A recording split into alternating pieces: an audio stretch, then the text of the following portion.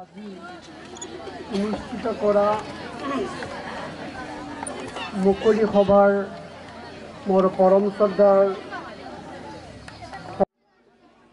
আৰু এই সভাতে উপস্থিত আছে আমাৰ পৰম শ্ৰদ্ধাৰ লহিত চন্দ্ৰ কাকতি, প্ৰাক্তন অধ্যক্ষ, গান্ধীবাৰী উচ্চতৰ মাধ্যমিক বিদ্যালয়। আৰু এই সভাতে উপস্থিত আছে পৰম শ্ৰদ্ধাৰ মহেন্দ্ৰ বড়ো, প্ৰাক্তন অধ্যক্ষ, গান্ধীবাৰী উচ্চতৰ মাধ্যমিক বিদ্যালয়।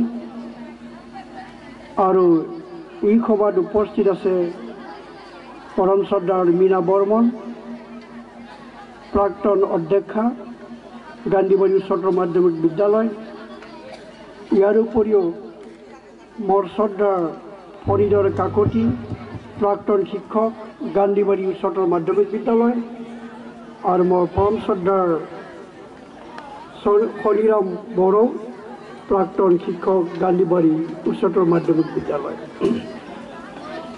ইয়াৰ উপৰিও আজিৰ এই সভাত উপস্থিত থকা মোৰ শ্ৰদ্ধাৰ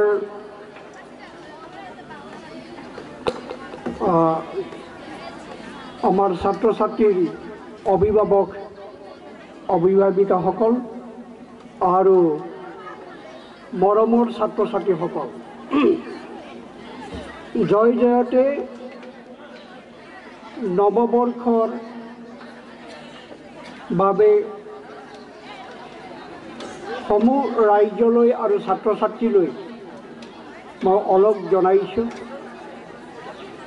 गासैबो रायजो राजा आरो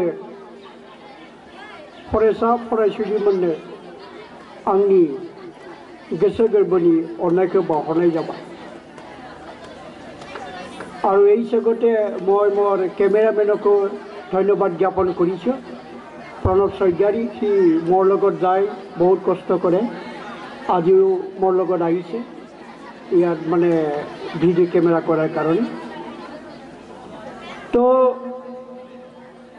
মই আজি ছাত্ৰ ছাত্ৰীক উদ্দেশ্যি আৰু অভিভাৱকসকলক উদ্দেশ্যি অকণমান কথা ক'ম।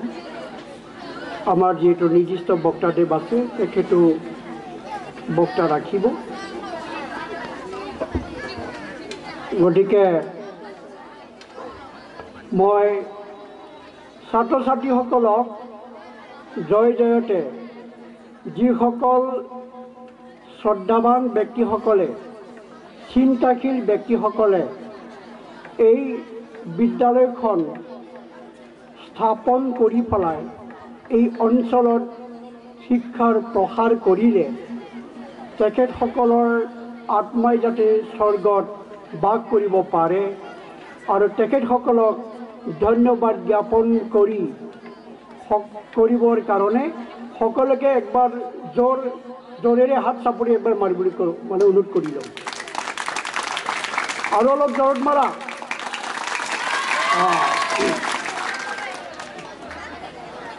এতিয়া কথা হ'ল,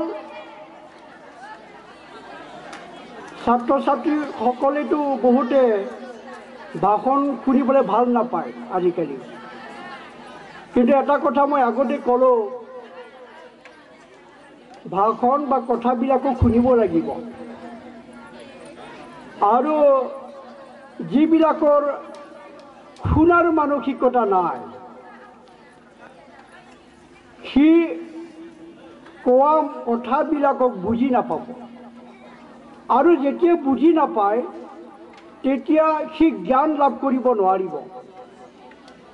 আৰু জ্ঞান লাভ কৰিব নোৱাৰিলে তাৰ মনৰ পৰিৱৰ্তন নহ'ব।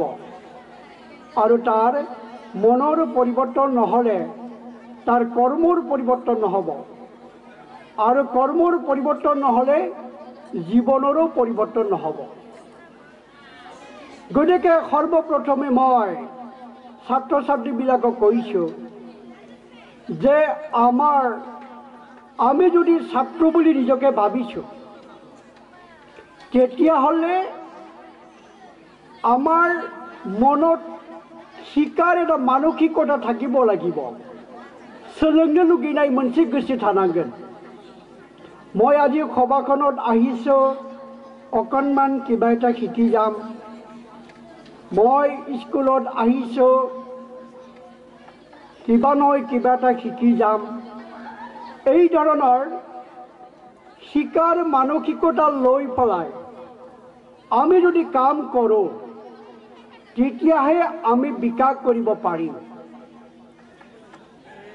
শিকিলেহে জিকি বুলি এটা কথা আছে তাৰ মানে আমি যদি শিকো ভাল ভাল জ্ঞান ভাল ভাল কৰ্মবিলাকক কামবিলাকক আমি যদি শিকো তেতিয়াহে আমি বুজি পাম আৰু এই জ্ঞানবিলাকক যদি আমি কামত প্ৰয়োগ কৰিম তেতিয়াহে আমাৰ বিকাশ হ'ব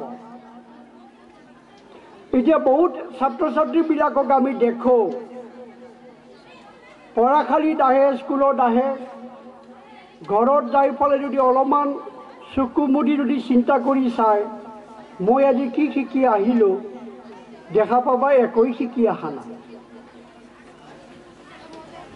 গতিকে য'ত গ'লে আমি কিবা এটা শিকিব পাৰিম যিটো কাম কৰিলে আমি কিবা এটা শিকিব পাৰিম সেই কামবিলাকক সেই ঠাইবিলাকত গৈ পেলাই আমি শিকিব লাগিব আৰু শিকিলেহে জিকি বুলি কৈছে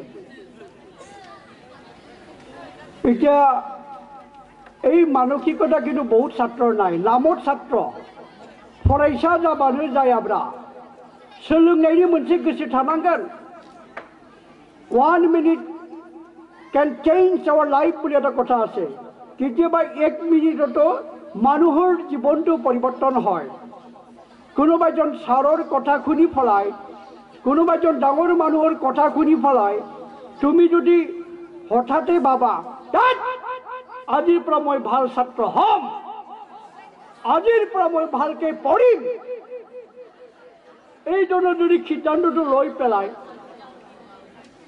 তেনেকৈ মানুহৰ পৰিৱৰ্তন হয় that is the turning point বুলি কৈছে মই অলপমান শুনিবা দেই বেছি কথা নকওঁ মই ক্লাছ 8ৰ পৰা এতিয়ালৈকে ডায়েৰী লিখোঁ আৰু এই ডায়েৰী লিখা অভ্যাস হৈছিলে এনেকৈ বঁটা বিতৰণী সভাত কোনোবা এজনে ডায়েৰী যে লিখিব লাগে এই কথাটো কৈছে ডায়েৰী মানে তোমালোকে জানানে ডায়েৰী দেখা পাইছে নাই ডায়েৰী দেখা পাইছে নাই না দেখাই পোৱা নাই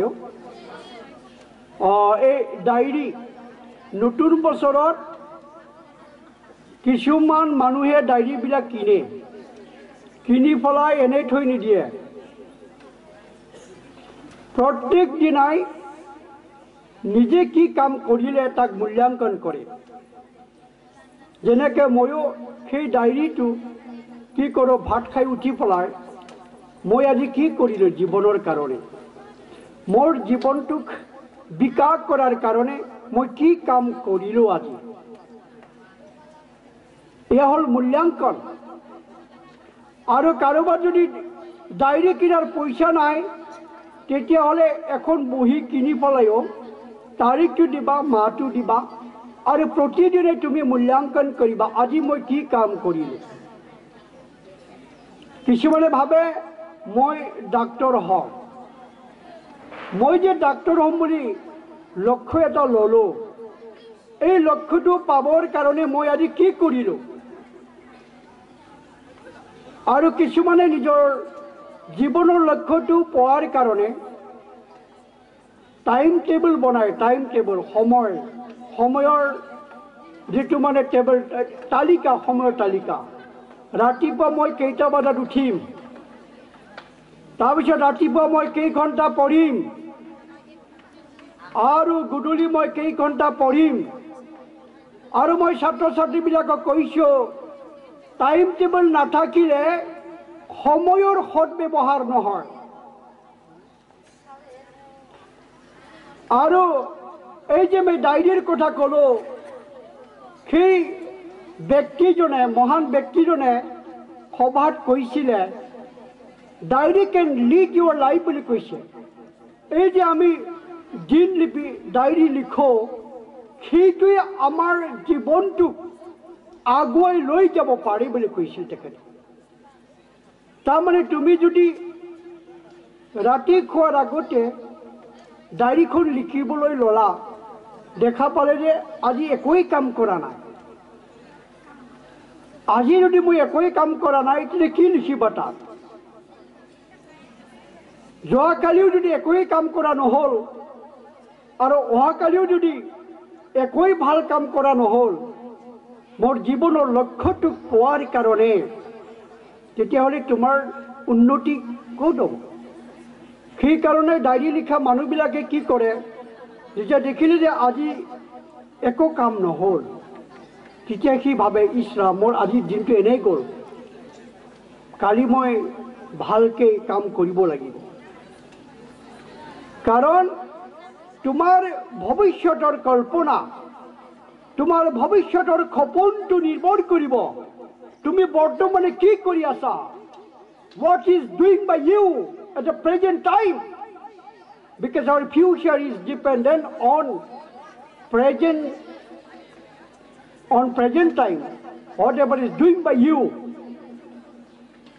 কিছুমানে মই প্ৰফেচাৰ হ'ম বুলি ভাবে, মই ডাক্তৰ হ'ম বুলি ভাবে, কিন্তু সদায় পঢ়া শুনা নকৰে। আজিৰ দিনটোক আমি আৰু অলপ সময়ৰ পিছত মৰিলেও আৰু তাক ডায়েৰী লিখাৰ মই কথাটো ক'লোঁ। আৰু মই এটা কথা কওঁ দেই, মই ডায়েৰী লিখোঁ ইংৰাজী ভাষাত। তাৰমানে ক্লাছ 8তে মই প্ৰতিজ্ঞা কৰিছিলোঁ ইংৰাজী ভাষাটো শিকিম, কাৰণ এতিয়া ইংৰাজী খুব মানে দৰকাৰী ভাষা, আৰু এই ভাষাটো আমি শিকিবই লাগিব। বাকী আমি মাতৃভাষাৰ ছাত্ৰ ছাত্ৰীবিলাকে বাকী যিবিলাক পাঠ্যপুথি আছে সেইবিলাক হ'ল নিজৰ মাতৃভাষাতে। গতিকে আমি ইংৰাজীত অকণমান বেছি জোৰ দি পঢ়িব লাগিব, কাৰণ উচ্চ শিক্ষা গ্ৰহণ কৰোঁতে ইংৰাজী নহ'লে নহয়। বা কিছুমান ছাত্ৰ ছাত্ৰীবিলাকে এই এম.ই. স্কুলৰ পৰা বা 6, 7, 8, 9, 10ৰ পৰা ইংৰাজীবিলাক ভালকৈ নিশিকে, আৰু কিছুমান ছাত্ৰ ছাত্ৰীবিলাকে ইংৰাজী কিয় দৰকাৰ বা অংকৰ দৰকাৰটো কি, অংক জানিলে কি হয়, সেইবিলাক কথাও নাজানে। নাজানিলে এইবিলাক সুধি ল'বা। আৰু যিবিলাক ছাত্ৰ ছাত্ৰীয়ে প্ৰশ্ন নকৰে, এটা কথা কৈ থ'লোঁ, প্ৰশ্ন সোধাৰ যদি আমাৰ অভ্যাস নাই, তেতিয়াহ'লে আচলতে তুমি ভাল ছাত্ৰ নোহোৱা। बहुत छात्र छात्री बिलाके एको प्रश्न नुखुदे सोंनो सोंनायनि हुदाखौ खालामनांगोन बुझि नापाले तुम्हारे खुदाने खुदा यात सारक खुदा कोनबा आछे नेकि प्रश्न खुदा छात्र आछे ने कोनबा खुदाने आमार छात्री सकले खुदाने किबा बुझि नापाले खुदाने नाय टपुरी गल लगे मालिकटा खुदाने नाय माते नाय देखो এটা কথা কলো যদি ভালকৈ বিদ্যা অৰ্জন কৰিব বিচাৰিছা আৰু শিকিব বিচাৰিছা তেতিয়াহ'লে আমাৰ প্ৰশ্ন খুদাৰ অভ্যাসটো থাকিব লাগিব सोंलु सोंनायनि हुदाखौ जों दानांगोन बहुत ছাত্ৰ ছাত্ৰীবিলাকে सारते बुझाय एको बुझि नापाय तथापि बुझि पाइसाने বুলি ক'লে মনে মনে থাকে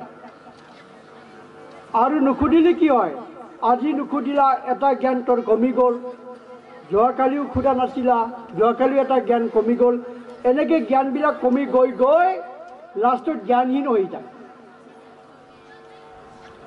গতিকে যাৰ নিজক প্ৰশ্ন কি প্ৰশ্নটো হ'ল কি নিজকো প্ৰশ্ন কৰিব লাগিব আৰু ছাৰসকলকো প্ৰশ্ন কৰিব লাগিব।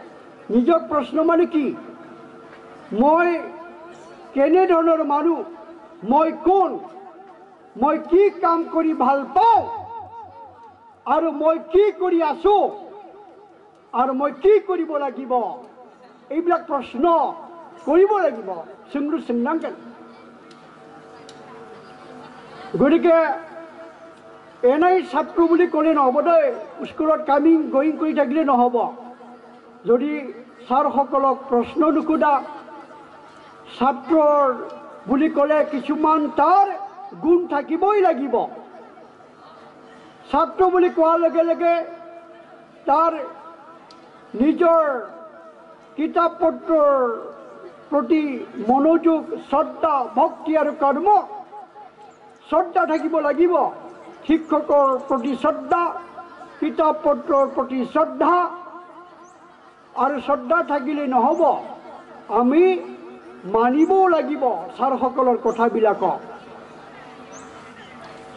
আৰু মানিলে নহ'ব, আমি কামো কৰিব লাগিব। সেইকাৰণে শ্ৰদ্ধা, ভক্তি আৰু কৰ্ম, এই তিনিটা বস্তু থাকিব লাগিব। আৰু যিবিলাক ছাত্ৰ ছাত্ৰীবিলাকৰ ছাৰবিলাকৰ লগত কোনো সম্পৰ্ক নাই, এনে good morning sir, good morning madam বুলি ক'লে নহ'ব। ছাৰসকলৰ লগত আৰু বাইদেউসকলৰ লগত আমাৰ কানেকশ্যন থাকিব লাগিব। কানেকশ্যন মানে কি? সম্বন্ধ, ডিপাৰ লেভেল অফ কানেকশ্যন, গভীৰ সম্বন্ধ থাকিব লাগিব। বুজি নাপালে সুধিব লাগিব, ফোনে দি সোধা, ওচৰত গৈ পালে সুধিব লাগিব, सोंनांगोन। ছাৰফोरजों मोजां सोमोन्दो थानांगोन। ময়ো আগতে জানা নাছিলোঁ যে ছাৰসকলৰ লগতে খুব ভাল সম্বন্ধ থাকিব লাগে। আমাক কওঁতা মানুহ নাছিল, সেই আমি ভিতৰীয়া গাঁৱৰ মানুহ তেতিয়া। কিন্তু পিছত মই কটন কলেজত পঢ়িবলৈ গৈ দেখিলোঁ, যিসকল ছাত্ৰৰ ছাৰসকলৰ লগত গভীৰ সম্বন্ধ থাকে, একদম নিজৰ দেউতাকৰ দৰে, যাৰ লগত সম্বন্ধ আছে, কিবা বুজি নাপালে সোধে, কিবা সমস্যা হ'লে সোধে, সেই ছাত্ৰবিলাকে উন্নতি কৰিব পাৰিছে, ডাঙৰ মানুহ হ'ব পাৰিছে। আজিকালি দেখিছোঁ বহুত ছাত্ৰ ছাত্ৰীবিলাকৰ, গতিকে फरायसा नोंथांमोन, जोङो जोंनि फोरोंगुरुफोरजों मोजां सोमोन्दो लाखिनांगोन। गोबां जोंनि आइ आफाफोरा जोंखौ जोनोमसो होनो हायो, नाथाय मोजां रोखोमनि गियानखौ होनो हाया। ओंखायनो फोरोंगुरुफोरा गियान होनानै गोरों गोरा खालामनानै नैथि खेबनि थाखाय जोनोम होनांगौ। আমাৰ শিক্ষাগুৰুসকলে জ্ঞান দি পেলাই, বিদ্যা দি পেলাই দ্বিতীয়বাৰৰ কাৰণে ছাত্ৰ ছাত্ৰীবিলাকক জন্ম দিয়ে বুলি কৈছে। কিন্তু শিক্ষকসকলৰ কথাবিলাকক, উপদেশবিলাকক আমি নামানিলে আমাৰ দ্বিতীয় জন্ম কেতিয়াও নহ'ব। গতিকে এটা কথা মনত ৰাখিবা, পঢ়া শুনা কৰি যদি কৰি পেলাই কিবা এটা কৰিম বুলি ভাবিছা, আৰু জীৱনত যদি উন্নতি কৰিম বুলি ভাবিছা, তেতিয়াহ'লে আমাৰ শিক্ষাগুৰুৰ লগত ওতঃপ্ৰোত আমি সম্বন্ধ ৰাখিব লাগিব।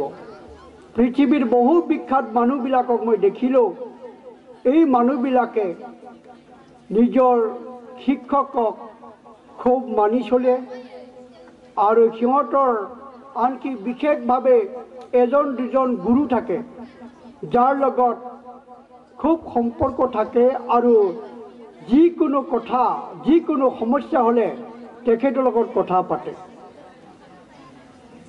যেনেকৈ আমাৰ তেণ্ডুলকাৰৰ গুৰু ৰমাকান্ত আশ্ৰেয়কাৰ, জন বাৰ্লে বুলি বিশ্ববিখ্যাত এজন মটিভেটৰ, তাৰ গুৰু হ'ল, তেখেতৰো এটা গুৰু আছে বিশ্ববিখ্যাত, তেওঁ মটিভেটৰ।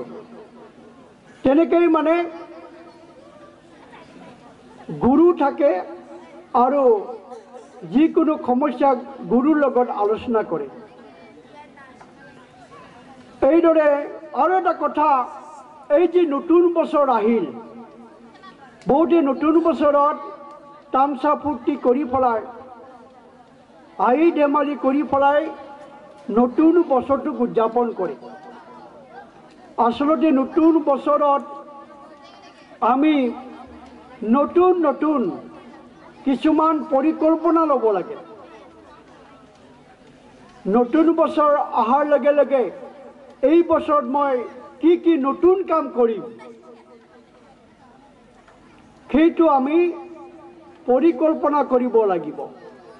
যেনেকৈ এইবাৰ নতুন বছৰ আৰম্ভ হ'ল জানুৱাৰী মাহটো, তুমি লিখিব লাগিব মই বা কি কাম কৰিবা এটা লিষ্ট বনাই পেলাই, বোলে নাম্বাৰ 1 মই ইংৰাজী গ্ৰামাৰ শিকিম, বা মই ইংৰাজীৰ যত যি নিয়ম নীতি আছে মই এই বছৰ শিকিম, বা এই বছৰ মই ব্যায়াম কৰা নাছিলোঁ মই ব্যায়াম কৰিম, এই বছৰ মই অংকটোত অলপ বেছিকৈ জোৰ দিম, যোৱা বছৰ মই 3 ঘণ্টাকৈ পঢ়িছিলোঁ এই বছৰ মই 7-8 ঘণ্টা পঢ়িম। এই ধৰণৰ কিছুমান পৰিকল্পনা ল'ব লাগিব, আৰু এই ধৰণৰ পৰিকল্পনা লৈ পেলাই এটা এটাকৈ আমি সেইবিলাকক বাস্তৱত ৰূপায়িত কৰাৰ কাৰণে চেষ্টা কৰিব লাগিব। গতিকে আমাৰ বহুত ছাত্ৰৰ কোনো পৰিকল্পনা নাই, আৰু সৰু সৰু প্ৰতিজ্ঞা কৰিব লাগিব, মই এই বছৰ ইংৰাজী টেন্স শিকি এৰিমহে, এই ধৰণৰ মই মেথামেটিক্সত লেটাৰ ৰাখিহে এৰিম, এই ধৰণৰ কিছুমান সৰু সৰু প্ৰতিজ্ঞা, এইবিলাকে পিছত ডাঙৰ মানুহ হোৱাটো সহায় কৰে। গতিকে কিছুমানৰ কোনো পৰিৱৰ্তনেই নহয়, সময়ৰ পৰিৱৰ্তন হয়, বছৰৰ পৰিৱৰ্তন হয়, কিন্তু নিজৰ কোনো পৰিৱৰ্তন নাই। যোৱা বছৰ যেনেকৈ কেলডেপকৈ 3 ঘণ্টাকৈ পঢ়িছিল, এই বছৰো 3 ঘণ্টাই পঢ়ি আছোঁ।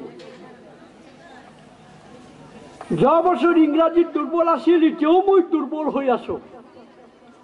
যোৱা বছৰ মই অংকত ভাল নম্বৰ পোৱা নাছিলোঁ, এইবাৰো ভাল নম্বৰ পোৱা নাই। এই পৰিৱৰ্তন বোলা বস্তুটোক আনিবৰ কাৰণে নিজেই চেষ্টা কৰিব লাগিব। তোমাক ইংৰাজীত ভাল ছাত্ৰ হিচাপে, তোমাক অংকত ভাল ছাত্ৰ হিচাপে আনি কৰিব নোৱাৰে। আমাৰ ছাৰসকলে তোমালোকক ৰাস্তা দেখুৱাই দিব পাৰে, কিন্তু তোমাক ইংৰাজীত এক্সপাৰ্ট কৰি দিব নোৱাৰে। You have to change yourself. গতিকে আমি আমাক परिवर्तन करार कारणे काम करिब लागे गावबागावखौ सोलायनो थाखाय जों गावबागावनो बिबानखौ लानांगोन নিজকে মূল্যবান মানুষ হিসাবে গড়ার দায়িত্বটো নিজেই লব লাগিব কোনেও মানে এই প্রধান দায়িত্বটো লব নোৱাৰে মা দেউতাই টকা পয়সা দি পেলাই তোমাক সহায় কৰিব পাৰে ছাৰসকলে তোমাক ৰাস্তা দেখুৱাই দিব পাৰে কিন্তু কামটো কৰিব লাগিব তুমি গতিকে বহুত ছাত্ৰ ছাত্ৰীয়ে এই ধৰণৰ পৰিৱৰ্তন আনাৰ কাৰণে চেষ্টা নকৰে যোৱা বছৰ যেনেকৈ তেনেকেই থাকে আৰু গতিকে আৰু বহুতৰ কি 9 পাইছে 10 পাইছে 11 পাইছে 12 পাইছে কোনো পৰিৱৰ্তন নাই তাৰ ব্যৱহাৰ পাতিৰ পৰিৱৰ্তন নাই তাৰ জ্ঞানৰ পৰিৱৰ্তন নাই তার আচার ব্যবহার পরিবর্তন নাই তার পড়াশোনার সিস্টেমের পরিবর্তন নাই তোর যদি পরিবর্তনই হওয়া নাই আহিছ কিয় আহিছে ইয়াতে ক'ত আহিছো আমি কেলে আহিছো আমি ইয়াত কার কারণে আহিছো আমি ইয়াত এইবিলাকৰ কোনো মানে স্পষ্টতা নাই এনেই কামিং গৈ অলপমান তামচা ফূৰ্তি কৰিবলৈ আহে কিছুমানে এই বিদ্যা মন্দিৰত যদি তোমালোকে তামচা ফূৰ্তি কৰিবলৈ আহিছা নহয়, তেতিয়াহ'লে পিছত কান্দি থাকিব লাগিব। বিদ্যা যস্যভাগে কৰি যস্যসেকে কৰি বিদ্যা গুৰুৰাং গুৰু বুলি কৈছে। এই যে আমি বিদ্যা শিক্ষা গ্ৰহণ কৰিছো, এই বিদ্যা শিক্ষাই আমি যদি ভালকৈ শিক্ষা গ্ৰহণ কৰিছো আৰু যদি কৰো, তেতিয়াহ'লে এই বিদ্যাই আমাক খুব শান্তি আনি দিব পাৰে, আমাক ভোগ আনি দিব পাৰে। আৰু বিদ্যা বন্ধুজন বিৰিছে গমনে বুলি কৈছে। আৰু এই শিক্ষাই আমাক নমৰালৈকে সহায় কৰি থাকিব, তুমি যতি নোযোৱাকে লৈ। আৰু বিজ্ঞানী মানুহবিলাকেই কেৱল ভাৰতবৰ্ষতে নহয়, আমেৰিকা, চাইনা, জাপান, জাৰ্মানত কাম কৰি আছে। কিন্তু তালিবানী শিক্ষা লৈ কামত নাই দে। তালিবানী শিক্ষা তুমি ভইচিল জানানে? মই অলপ অলপ জানো। এই অলপ অলপ জানাই দি একো কাম নহ'ব তোমাৰ। এই অলপ অলপ জানো, অংক অলপ অলপ জানো, এই অলপ বুলিদি একো কাম নাই। তো আজি যুগটো হ'ল জানা মানুহৰ যুগ। যিজন ছাত্ৰই ভালকৈ শিকিছে, ভাল ইঞ্জিনিয়াৰ হ'ব পাৰিছে, ভাল ডাক্তৰ হ'ব পাৰিছে, তাৰ কোনো চাউলৰ আকাল নাই। গতিকে কোনোবা বন্ধুই তোমাক ঠগাব পাৰে, কিন্তু বিদ্যাই তোমাক কোনোদিন নঠগায়। ধন সম্পত্তি আজি আছে কালি নাই, কিন্তু বিদ্যা শিক্ষা আৰু জ্ঞানে তোমাৰ লগত সদায় থাকিব, আৰু মৃত্যু হ'লেও তোমাৰ লগত গুচি যাব আত্মাৰ লগত। এতিয়া বহুতে কিয় পঢ়িব লাগে তাকে নাজানে, এনেই ডাঙৰ মানুহ হয়। গতিকে কেইজন ছাত্ৰ আছে, ছাৰ মই ডাক্তৰ হ'ব লাগিলে কেনেকৈ পঢ়িব লাগিব, মই ব্যৱসায়ী হ'ব বিচাৰিছো, কেনেকৈ মই পঢ়িব লাগিব, কি কাম কৰিব লাগিব, মই ইংৰাজীৰ প্ৰফেচাৰ হ'ব বিচাৰিছো, কেনেকৈ মই পঢ়িব লাগিব, মোৰ কিবা ভুল হৈছে নেকি, মোৰ কিবা ব্যৱহাৰ পাতি বেয়া নেকি? এনেকা কোনোবা ছাত্ৰ আছেনে? মাক দেউতাকক সোধা, অ' মা মোৰ কিবা ভুল হৈছে নেকি, মোক অলপমান দেখাই দিয়া, মোৰ কাম কৰাবিলাক, মোক পঢ়াবিলাক কিবা ভুল হৈছে নেকি? অ' ছাৰ মোক কৈ দিয়া, মই মানুহ হ'ব বিচাৰোঁ, মই জ্ঞানী হ'ব বিচাৰোঁ, মই ভাল মানুহ হৈ জীয়াই থাকিব বিচাৰোঁ। তেনেকৈ কোনোবা প্ৰশ্ন কৰা ইয়াত ছাত্ৰ ছাত্ৰী আছেনে? আছেনে নাই? কোনোবা আছে যদি উঠাচোন, চাওঁ মুখখন। আয়ুধি কৰোঁ বুলি নাই নেকি এজন? নাই। কি ইমান মনে মনে থকা হয় মানুহকেইটা? এনেই মনে মনে থাকিলে কি হ'ব? ঐ কথাটো ভাল পাইছানে নাই? না কিবা বেয়া কথা কৈ আছো? ভাল পাইছে যে একবাৰ তালি মাৰাচোন। ভাল পাইছে হয় ন? তো তেনেকৈ আমি আৰু এটা কথা, জীৱনত লক্ষ্য ল'ব লাগিব। আমাৰ ছাৰসকলেও কয় লক্ষ্যটো লিখি থ'ব লাগিব আৰু ভাবি থাকিব লাগিব। পঢ়াৰ টেবুলত বহাৰ লগে লগে মই ডাক্তৰ হ'ব বিচাৰিছোঁ, নপঢ়িলে কেনেকৈ হ'ব? পঢ়াৰ টেবুলত বহি পেলাই নিজৰ জীৱনৰ লক্ষ্যৰ বিষয়ে তুমি ভাবিব লাগিব, আৰু নিজৰ জীৱনৰ লক্ষ্যটোকে ভাবি পেলাই পঢ়াৰ কাৰণে, কাম কৰাৰ কাৰণে তুমি নিজেই অনুপ্ৰাণিত হৈ পেলাই নিজৰ কৰ্মত আমি লিপ্ত হ'ব লাগিব। মায়ে পঢ় বুলি ক'লেহে পঢ়ে, গালি পাৰে নহয় সেইকাৰণে পঢ়ো, তাৰ দ্বাৰা কাম নাই দে।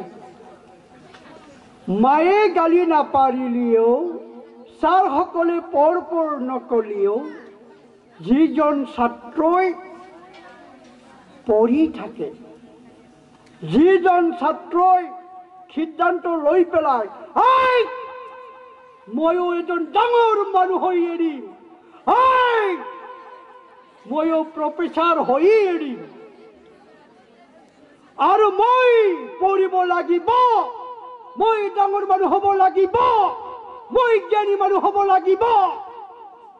এইজনৰ চিন্তা যদি তোমালোকৰ মনত জন্ম হোৱা নাই, তাৰমানে তোমাৰ উন্নতিও নাই, খাতিৰ বাতি নাই। আজি মই কৈ দিলো, বুজা নাই? আনে পঢ় বুলি কৈ থাকিলেও কামত নাহে। যদি মই পঢ়িব লাগিব, পঢ়িলেহে বুলি ডাঙৰ মানুহ হয়, পঢ়িলেহে বুলি মানুহ সুখ শান্তিৰে জীয়াই থাকিব পাৰে। এই উপলব্ধি যেতিয়ালৈকে নাহে, তেতিয়ালৈকে তুমি ভাল ছাত্ৰ হ'ব নোৱাৰিবা, আৰু জীৱনত তোমাৰ সফলতাও নাই।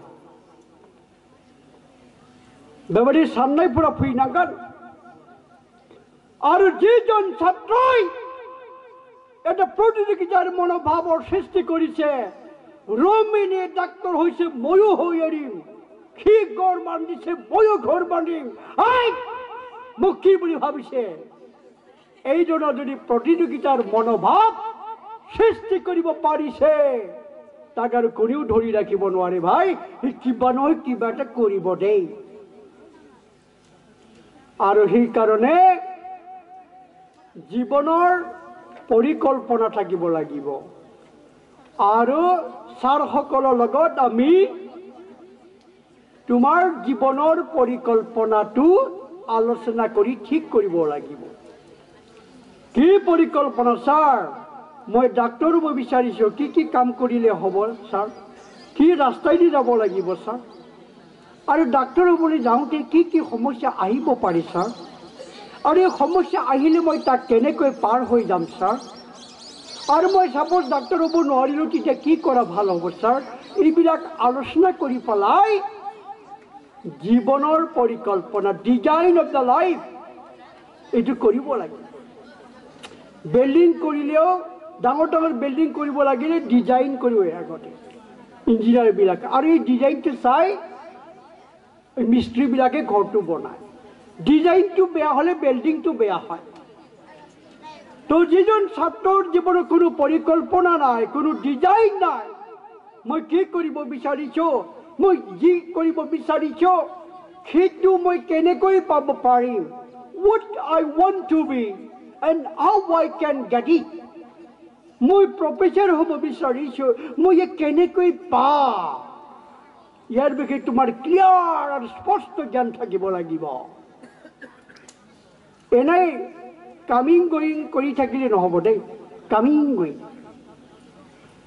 আৰু মনটো পবিত্ৰ হ'ব লাগিব দেই আইসকল। পবিত্ৰ হৃদয় যাৰ ভগৱান সহায় তাৰ। এই মোবাইলত বহুত লেতেৰা বস্তু দিয়ে আজিকালি, সেইবিলাক চাই যদি মনটো পাপী হৈ গ'ল নহয়, তোৰ ধ্বংস অনিবাৰ্য। আমাৰ মনটো এটা পাত্ৰৰ দৰে, ইয়াত আমি ভাল জ্ঞানবিলাকো সোমাই থ'ব পাৰোঁ, ভৰাই থ'ব পাৰোঁ, আৰু বেয়া কথাবিলাককো আমি ভৰাই থ'ব পাৰোঁ। যদি তোমাৰ মনত, তোমাৰ অন্তৰত টেন্সৰ কথা, ভয়েসেন্সৰ কথা, কোনোবা এটা কবিতাৰ কথা, বিজ্ঞানৰ জ্ঞানবিলাক যদি ভৰপূৰ হৈ নাথাকি পেলাই মোবাইলৰ বেয়া কথাবিলাক, বেয়া ছবিবিলাক যদি ভাহি থাকে, ভৰ্তি হৈ থাকে, তাৰ মানে তোৰ আৰু উন্নতি নাই। গতিকে ছাত্ৰ জীৱনটো একবাৰে পাই দেই, হয়নে নহয়? বুঢ়ালৈকে পঢ়িব পাৰে, কিন্তু বহুত কষ্ট, 30-40 কথা আছে, হয়নে নহয়? গতিকে এই ছাত্ৰ অৱস্থাত ভগৱানে তোমালোকক এই যৌৱন বয়সত তোমালোকক বহুত শক্তি দিয়ে। এটা কথা কওঁ দেই, এই হনুমানক তোমালোকে জানানে? জানানে নাই? জানানে নাই? এই হনুমানে কি জানে? নিজৰ যে শক্তি আছে, বল আছে, তাৰ পাত্তাই নাই। তাৰমানে শুনা দেই অলপমান এই সাধুটো কওঁ এবাৰ তাৰমানে হনুমান জন্মৰ পিছত অলপমান ডাঙৰ হ'ল সি বিৰাট দুষ্ট মানে দুষ্টই আৰু যাকে তাকে লাত মাৰে ডাঙৰ সৰু একো নাজানে একবাৰতো কি কৰিলে সূৰ্যকো সি একদম খাব গৈছিল কি বস্তুৱে খাই দিওঁ তাক বুলি তাৰপিছত দেৱতাবিলাকে ভাবিলে সি দেখোন ইমান দুষ্ট সি দেখোন ধ্বংস কৰি পেলাবহে ইমান বদমাছ তাক শেষ কৰি দিয়ে ভাল হ'ব নেকি এনেকৈ চিন্তা কৰি পেলাই স্বৰ্গৰ দেৱতা কোনে ৰজা কোন স্বৰ্গৰ ৰজা কোন কোন স্বৰ্গৰ ৰজা কোনে ইন্দ্ৰ দেৱতাই ভাবিলে তাক খতম কৰে ভাল হ'ব চালা তাৰপিছত আৰু ইন্দ্ৰৰ অস্ত্ৰটো কি বজ্ৰ এই বজ্ৰই দি তাক চেটেপ কৰি দিয়ে তাৰপিছত গধূলি হনুমানৰ মাকে অঞ্জনা বুলি কয় তাৰ মাক আৰু দেউতাকৰ কি দেউতা কি হনুমানৰ দেউতাক বায়ু দেৱতা পৱন দেৱতা গধূলি বিচাৰিলে হনুমান হনুমান ক'ত গেলে বাবা নাই দেখোন মানুহটো ক'ত গেল বাবা হনুমান হনুমান নাই কোনো মাত খাৰ নাই তাৰপিছত অলপমান ধ্যান কৰি পেলাই গম পাই গ'ল আমাৰ দেৱতাই বিলাকে শেষ কৰি দিলে মোৰ চাদাটো সিহঁতে মোৰ চাদাটো খতম কৰি দিলে সিহঁতে ময়ো চাই ল'ম সিহঁতক হনুমান বাবা তুমি তাৰপিছত পৱন দেৱতাই বায়ু দেৱতাই কি কৰিলে জানা হৰতাৰ কৰি দিলে চালা অলপমান বায়ুটো বন্ধ কৰি দিছে অলপমান বন্ধ কৰি দিয়ে আৰু অলপমান এৰি দিয়ে স্বৰ্গ মুঠটো পাতাল ভাল লাগিল কি হ'লে মোৰ দেখোন উশাহটো কিবা টানাটানি হৈ গ'ল দেখোন সেই উশাই ল'ব নোৱাৰা হৈ গ'ল কি হ'ব এতিয়া অৱস্থাটো তাৰপিছত এই দেৱতাবিলাকে ধ্যান কৰি গম পালে দেউতাকৰ খং উঠিলে এতিয়া আমি আকৌ দেউতাকত যাব লাগিব ক্ষমা ভিক্ষা মাগিব লাগিব আৰু তাৰ চানাটোক আকৌ বনাই দিব লাগিব নহ'লে সি শেষ কৰি পেলাব আমাক গতিকে বায়ু দেৱতাৰ ওচৰত আহি পেলাই সিহঁতে ক্ষমা মাগি পেলাই আৰু ক'লে হে প্ৰভু আপোনাৰ ল'ৰাটোক আকৌ আমি পুনৰ জন্ম দিম কিন্তু এনেকুৱা তাক শক্তিশালী কৰিম আমি চবেই আশীৰ্বাদ দিম সূৰ্য দেৱতাই ক'লে মই আশীৰ্বাদ দিছোঁ এই জুই তাক একো কৰিব নোৱাৰে বজ্ৰৰ ইন্দ্ৰ দেৱতাই ক'লে তাক বজ্ৰে একো কৰিব নোৱাৰে চব দেৱতাই তাক এনেকুৱা বৰ দিলে নহয় সি জুইতো নমৰে কাটিলেও নমৰে গুলি কৰিলেও নমৰে অমৰ হৈ গ'ল এতিয়া বুজা নাই কথাটো আৰু যেতিয়া নেকি সি এনেকুৱা অমৰ বুলি অলপমান গম পালে আকৌ বিৰাট দুষ্টামি কাম কৰিলে এবাৰ এজন ঋষিয়ে ধ্যান কৰি থাকোঁতে তাকো লাত মাৰি দিলে তেতিয়া ঋষিটোৱে হনুমানক অভিশাপ দিলে মই জানো তুমি অজৰ অমৰ কিন্তু তোমাক এটা অভিশাপ মই দি থলো তুমি যে শক্তিশালী তুমি যে অমৰ তোমাক যে কোনেও মাৰিব নোৱাৰে তুমি এই কথাটো কিন্তু পাহৰি থাকিবা আনে কৈ দিলেহে তুমি গম পাবা তুমি যে শক্তিশালী তুমি যে অমৰ এই কথাটো আনে কৈ দিলেহে তুমি গম পাবা আৰু সেইদিনাৰ পৰা হনুমানে নিজেৰ দৰে অমৰ অজৰ সেই কথা সি গমেই নাপায় পাহৰি থাকে এবাৰ এই ৰাৱণে আমাৰ ভগৱান ৰামৰ পত্নীক অপহৰণ কৰি লৈ গ'ল এতিয়া বান্দৰবিলাকতো আৰু ৰামৰ লগত বন্ধু গতিকে এতিয়া আলোচনা হ'ল এতিয়া সীতা দেৱীক লৈ গ'ল নি পেলাই তাতে ৰাৱণে জৰ জবৰদস্তি বিয়াই কৰিলে না কি কৰিলে এতিয়া কোনে যাব তাত খবৰ ল'বৰ কাৰণে ৰামক এই মহাৰাজ মই যাব নোৱাৰিম দেই কিছুমানে কয় মই যাব পাৰিম কিন্তু উল্টি আহিব নোৱাৰিম মই তাৰপিছত জাম্বৱন্তই জানিছিল হনুমানৰ কথা। সি যাই পেলাই হনুমানক ক'লে, প্ৰভু আপুনি অজৰ অমৰ, আপুনি যাব পাৰিব, কোনেও আপোনাক একো কৰিব নোৱাৰে। তেতিয়াই হনুমানে গম পালে, মই শক্তিশালী, মই অজৰ অমৰ। মই যাম চলা মানে সীতাক মই খবৰ লৈ আহিম, মই ভয় নকৰোঁ। তেনেহ'লে মই গলৈ এনেকৈ গৈ পেলাই লংকা কাণ্ড কৰি আহে, একদম লংকাখন চাৰ খাই কৰি আহে আৰু সীতা দেৱীৰ খবৰো লৈ আহে। তেনেকৈ আমাৰ বহুত ছাত্ৰ ছাত্ৰীবিলাকেই তোমালোকে যে তোমালোকৰ অন্তৰত যে পৃথিৱী বিখ্যাত বৈজ্ঞানিক হ'ব পৰা শক্তি, তোমালোকৰ বহুত ছাত্ৰ ছাত্ৰীবিলাকৰ গমেই নাই। কেৱল মই নোৱাৰোঁ, তুমি ইংৰাজী ক'ব পাৰি, মই নোৱাৰোঁ। গতিকে তোমালোক যে এতিয়া তামান শক্তিশালী, মই 8 ঘণ্টা পঢ়িম, মই 10 ঘণ্টা পঢ়িম, তোমালোকে পাৰিবা। কাৰণ তোমালোকৰ শৰীৰত এতিয়া যৌৱনৰ 23 আছে, ডেকা ডেকিৰ 23 আছে, আৰু তোমালোকৰ দৰে ডেকা ডেকিৰিবিলাকেই ছাত্ৰ ছাত্ৰীবিলাকেই বহুত ডাঙৰ ডাঙৰ কাম কৰিছে, নতুন নতুন বস্তুৰ উদ্ভাৱন কৰিছে, ডাঙৰ ডাঙৰ আন্দোলন কৰিছে পৃথিৱীত। গতিকে এই বয়সত ভগৱানে তামান শক্তি দিয়ে, বল দিয়ে। সেইকাৰণে বুঢ়াবিলাকে ডেকাবিলাকক ভয় কৰে, হয় বা সিহঁতৰ লগত লাগিব নোৱাৰে দেই, কাটিম বুলি ক'লে কাটি দিব পাৰে, মৰিম বুলি ক'লে মৰি দিব পাৰে। এই 7 দিনমান আগত আমাৰ ছাত্ৰ এটা মৰিলে, এইবাৰ কি আছিল ছেকেণ্ড ইয়াৰ, আজি বিদায় লৈছে। বিৰাট ধুনীয়া এটা ডেকা ল'ৰা, সি বোলে এজন ছোৱালীক ভাল পাইছিল, 10ত পঢ়া ছোৱালী, 10 না 9ত, 4 বছৰ বোলে ভাল পাইছিল। বেলেগক বোলে বিয়া ঠিক কৰাৰ লগে লগে ইন্দুৰৰ দাৱাই আনি পেলাই খাইছেতে বহি থাকে।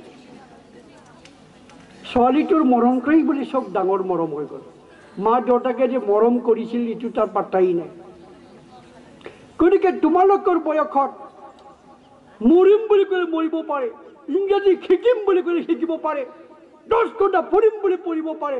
না কাকবা শুনিছা নেকি, এই পাপীটো 12 ঘণ্টা পঢ়ি চালা বেমাৰী হৈ মৰি গ'ল, কোনোবা শুনিছা নেকি? সি বুলি ডাক্তৰ হৈ চালা মৰি গ'ল, সি বেমাৰ হৈ পেলাই।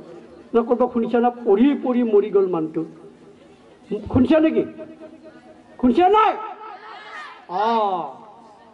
তো এই ধৰণৰ কথা। আৰু আমাৰ এই যে কলাগুৰু বিষ্ণুপ্ৰসাদ ৰাভায়ো এটা গীত গাইছিল অসমীয়া ডেকা গাভৰুক লৈ পেলাই। এই গানটো জানাই, যেনেকৈ ডেকা গাভৰু সময়ত মুখবিলাক তেজাল হৈ থাকিব লাগে, কিয় মলিন হৈ গৈছে। তোৰ যে বহুত শক্তি আছে, তোমাৰ দেখোন গমেই নাই। মুখমণ্ডলটো উজ্জ্বলতাৰে পৰিপূৰ্ণ হ'ব কেতিয়া? যেতিয়া তুমি বিজ্ঞানী হ'বা, শিক্ষা দীক্ষাৰে দীক্ষিত হ'বা, আলোকিত মানুষ বুলি তাক কৈছে, জ্ঞানেৰে পৰিপূৰ্ণ মানুহ হ'বা। এই গীতটো অকণমান গাই দিওঁ।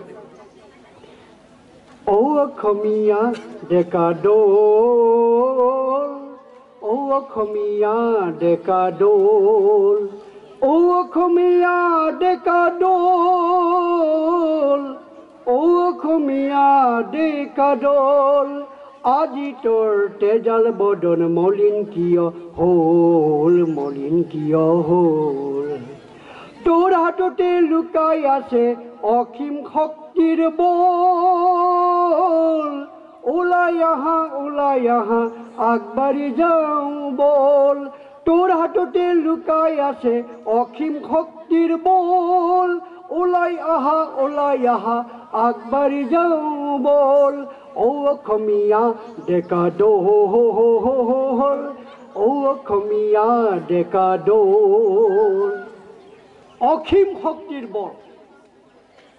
গতিকে কোনোবাই যদি 1 ঘণ্টা 2 ঘণ্টা কাম কৰি পেলাই পঢ়ি পেলাই নিজকে প্ৰতিষ্ঠা কৰিব বিচাৰিছা, ইয়াৰ দ্বাৰা নহ'ব দেই। আৰু ইয়াৰ উপৰিও আমি যি কামবিলাকক কৰোঁ সেই কামবিলাকক আমি ভাল পাবলৈ শিকিব লাগিব।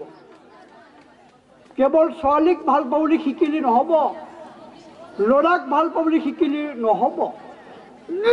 তুমি যদি তোমাৰ ছাত্ৰবিলাকৰ প্ৰধান কামটো হ'ল পঢ়া, যি ছাত্ৰই পঢ়িবলৈ ভাল পায় আৰু পঢ়া কামটোক ভাল পাবলৈ শিকিলে সি ঘণ্টাই ঘণ্টা পঢ়িলেও ভাগৰি নপৰিব। গতিকে আমাৰ কৰিবলগীয়া কামটোক আমি ভাল পাবলৈ শিকিব লাগিব। আৰু ইয়াৰ উপৰিও নিজক ভাল পাবলৈ শিকিব লাগিব। নিজক ভাল পাব মানে কাক কয় জানে?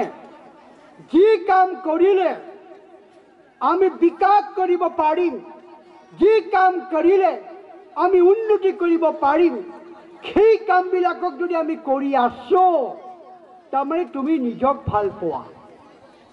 আৰু যি কাম কৰিলে আমাৰ বিকাশ নহয়, আমাৰ ধ্বংস হয়, যেনেকৈ মোবাইল টিপি থাকিলে, মোবাইল গেম খেলি থাকিলে, এই চিনেমাবিলাক সদায় চাই থাকিলে, পঢ়া শুনা বাদ দি পেলাই আমাৰ ধ্বংস। তো যি কাম কৰিলে আমাৰ ধ্বংস হয়, সেই যদি কামবিলাক তুমি কৰি আছা নহয়, তাৰ মানে তুমি নিজকে ভাল নপোৱা। गावखौ मोजां मोननो सोलों, गुबुनखौ मोजां मोननो थांनायनि आगोलावनो गावखौ मोजां मोननाय माने मा? जाय हाबाखौ मावोब्ला नोङो देरहासारनि फिरफिलाखौ बिरनो हागोन, नों जौगानो हागोन, नों आलो गोजोनै रायजो जानो हागोन, बे खामानिफ्रानो जाबाय, बे खामानिफोरखौ नों मावोब्ला थारमाने नों गावखौनो मोजां मोनो। টোপনি লাগিল নেকি? হে ঐ ভাল পাইছিলে না? তেনেহ'লে অলপমান তালি মাৰা আৰু। মই আৰু বেছি নকওঁ, আমাৰ MCA ডাঙৰীয়া আছে। যেনেকৈ আমি আগবাঢ়িব লাগিব আৰু পঢ়া শুনা আৰু জ্ঞান লোৱাৰ ক্ষেত্ৰত নিলাজ হ'ব লাগিব দেই, নিলাজ। নহ'লে লাষ্টত আৰু এটা সাধু কথা কৈ শেষ কৰি দিওঁ মই। সাধু নহয় আছোঁ, লাগে না নালাগে? লাগে না? এই আমাৰ ভাৰতবৰ্ষত গৌতম ঋষি নামৰ এজন ঋষি আছিলে, প্ৰখ্যাত ঋষি। এবাৰ এই ঋষিজনে যজ্ঞ দিছিল, যজ্ঞ, হোম যজ্ঞ দিছিল।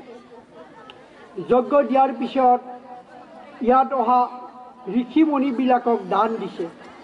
কাক বা গাই গৰু দান দিছে, কাক বা ঘোঁৰা দিছে, কাক বা গাধও দিছে, এইবিলাক দান দিছে।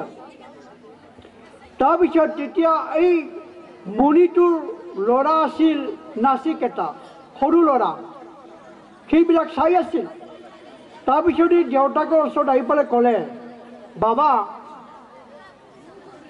আপুনি কিয় এই দান কিয় দিছে? এইবিলাক গৰু ঘোঁৰাবিলাকক কিয় দান দিছে?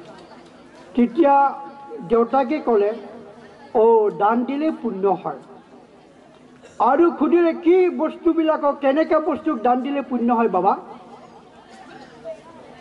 যি বস্তুবিলাকক আমি ভাল পাওঁ, মৰমৰ বস্তু, সেইবিলাকক আমি দান দিব লাগে, আৰু দান দিলে আমাৰ পুণ্য হয়। তেতিয়া নাচিকেতাই ক'লে, বাবা মই আপুনি মোক ভাল পায়নে নাপায়? যে ভাল পোৱা বস্তুক দান দিব কৈছে আপুনি, আৰু পুণ্য হয় বোলে, আপুনি মোক ভাল পায়নে নাপায়? তেতিয়া গৌতম ঋষিয়ে ক'লে, হেই বদমাছ, কি কথা কোৱাহে? এটাই ল'ৰা, তোমাক আৰু ভাল নাপাম, কি কথা এইটো? তেতিয়াহ'লে এটা কাম কৰা বাবা, মোক আপুনি দান দি দিয়ক। বাবা মোকো দান দি দিয়ক। আপুনি যিবিলাক বস্তু দান দিছে আচলতে এইবিলাক নিফালে কামতে নাই। আপুনি বুঢ়া গাই গৰু এটাক দান দিছে, এই খৰা ঘোঁৰাটোক দান দিছে, কি কাম হ'ব সেইবিলাক? মোক দান দিয়ক, কাৰোবাৰ অলপমান কামত আহিব। অ' বাবা মোক দান দিয়া না, অ' বাবা মোক দান দিয়া না। ই মানে অকৰা চলি একদম কৈ আছে। দেউতাকৰ একদম খং উঠি গ'ল। এই তোমাক দিম, মই দান দিম ৰ, তোমাক দিম ৰ। এই বাবা কাক দিবা কোৱাচোন বাবা, অ' বাবা কাক দিবা কোৱাচোন, অ' বাবা কাক দিবা কোৱাচোন। হাই তোমাক মই যমকে দান দিম বুলি কৈ দিম। যমক দান দিম বুলি কোৱাৰ লগে লগে যমটোত আহি উপস্থিত আৰু নাচিকেইটাক লৈ গ'ল চালা, দাঙি পেলাই লৈ গ'ল। ক'ত লৈ গ'ল? ক'ত লৈ গ'ল? যম ৰাজ্যত লৈ গ'ল। যেতিয়া যম ৰাজ্যত লৈ গ'ল, তেতিয়া যম ৰজাটো নাছিল দেই, এসপ্তাহৰ কাৰণে ছুটিৰে ক'ৰবাত ঘূৰি ফুৰি আছিল। তাৰপিছত নাচিকেইটাই একদম যম ৰাজ্যখন চাইছে, বাপ আয়ু দেহি কলৰ পুলি ইমান ধুনীয়া, সন ৰূপ ধন সম্পত্তিৰে ভৰপূৰ ফল ফুল আছে, কিতনা সুন্দৰ হে। তাৰপিছত এসপ্তাহৰ পিছত যম ৰজা আহি দেখিলে সৰু আপাটোনো কোনে আনিলে, কিহৰ কাৰণে আনিলে এইটো। তাৰপিছত মানে আপাটোক, এই সৰু আপা নাচিকেইটাক মাতি পেলাই সুধিলে, কি কথা, কি বাৰ্তা, ক'ৰ পৰা আহিলা বাবা? সি চব কথা কৈ দিলে। তাৰপিছত আকৌ চিত্ৰকূটক মাতিলে, ঐ চিত্ৰকূট আহাচোন, এই চানাটো কিয় আনিছে সৰু আপাটো? তাতো আহিবৰ টাইম হোৱা নাছিল নহয়, তাৰ বহুত কাম আছে পৃথিৱীত, কিয় আনিলা ইমান অমান্তি চলিটো? তাৰপিছত ঘটনাটো ক'লে, দেউতাকে এনেকৈ অভিশাপ দি দিলে নহয়। এই যে অভিশাপ আৰু আশীৰ্বাদ, এইবিলাক আশীৰ্বাদটো ভাল বস্তু দেই, আশীৰ্বাদ ল'বা তোমালোকে, অভিশাপটো নল'বা। তাৰপিছত মানে ধৰ্মৰাজ বা যম ৰজাই নাচিকেইটা ক'লে, অ' বাবা তুমি আহিবাৰ টাইম হোৱা নাই, তুমি যোৱা, আকৌ যোৱা, তুমি পৃথিৱীত তোমাৰ বহুত কাম আছে, আৰু যিমান ধন সম্পত্তি আছে লৈ যোৱা, এই হীৰা মুকুতা যি লাগে লৈ যোৱা, টপলা বান্ধি লৈ যোৱা, তাতে আৰামত খাব পাৰিবা। কিন্তু সেই সৰু শিশু নাচিকেইটাই কি কৈছিল জানে? ধৰ্মৰাজক সেৱা কৰি কৈছিল, প্ৰভু মোক এই ধন সম্পত্তিবিলাকক নালাগে। কি লাগে বাবা, তোমাক কি লাগে কোৱা নেকি, কিয় লাগে বাবা? প্ৰভু মোক জ্ঞান দিয়া, মোক প্ৰকৃত জ্ঞান, ভাল জ্ঞানবিলাক মোক দিয়া। মই এই জ্ঞানক লৈ, এই জ্ঞানেৰে উদ্ভাসিত হৈ পেলাই মই নিজেও সুখত থাকিম আৰু পৃথিৱীত থকা মানুহবিলাককো মই সুখী কৰিব চেষ্টা কৰিম। আৰু তেতিয়া নাচিকেটাৰ মানে বুদ্ধিমত্তা দেখি পেলাই যমৰাজ আনন্দিত হ'ল আৰু তাক ভাল ভাল জ্ঞানবিলাকক দিলে, আৰু সি জ্ঞানেৰে উদ্ভাসিত হৈ পেলাই পৃথিৱীত আহি সি বহুত কাম কৰিলে। এতিয়া কথাটো হ'ল, আজিকালিৰ ল'ৰা ছোৱালী হ'লে ঐ চালা দিয়ে, সোণটোক দিয়ে, আৰু ৰূপাটোক দিয়ে, হীৰাটোক দিয়ে, হয় নাই, গাড়ী কিনিম, ঘৰ বনাম বুলি ক'লো হয়। তাৰমানে কি জানে, এই ধন সম্পত্তি গাড়ী কৰা এয়া হ'ল পাৰ্থিৱ বস্তু, এইবিলাক আজি আছে কালি নাই।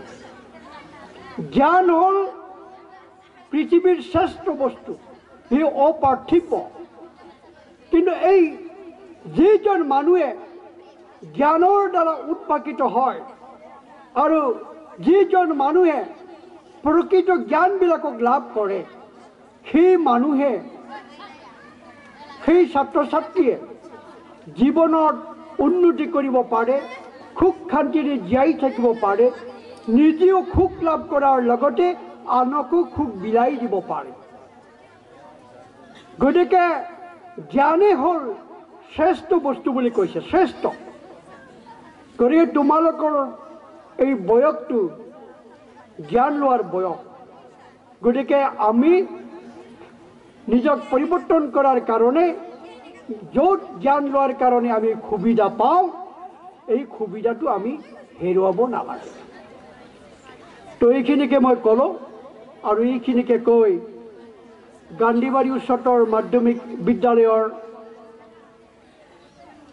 কৰ্তৃপক্ষ তথা স্কুলৰ শিক্ষকবৃন্দ আৰু এই স্কুলৰ মেনেজিং কমিটিৰ SMDCৰ বিষয়ববীয়াসকলে আজিৰ এই শুভ মুহূৰ্তত মাতি আনি মোক দুআষাৰ কোৱাৰ কাৰণে যি সুবিধা দিলে তাৰ বাবে তেখেতসকললৈ মই ধন্যবাদ জ্ঞাপন কৰিছোঁ আৰু যিসকল ছাত্ৰ ছাত্ৰীসকলে ধৈৰ্য ধৰি শুনিলে তাৰ কাৰণে ছাত্ৰ ছাত্ৰীসকলকো মই ধন্যবাদ জ্ঞাপন কৰিছোঁ মই অভিভাৱকবিলাকক দুআষাৰ ক'ম বুলি ভাবিছিলোঁ এতিয়া সময় বেছি হ'ল গতিকে অভিভাৱকবিলাকৰ বিষয়ে মই নক'লোঁ গতিকে আজিৰ এই শুভ মুহূৰ্তত মোক দুআষাৰ কোৱাৰ সুবিধা দিয়াৰ কাৰণে সকলোকে বা নমস্কাৰ জনাই আৰু কৃতজ্ঞতা জ্ঞাপন কৰি মোৰ ক'বলগীয়াখিনি ইমানতে সামৰিলোঁ ধন্যবাদ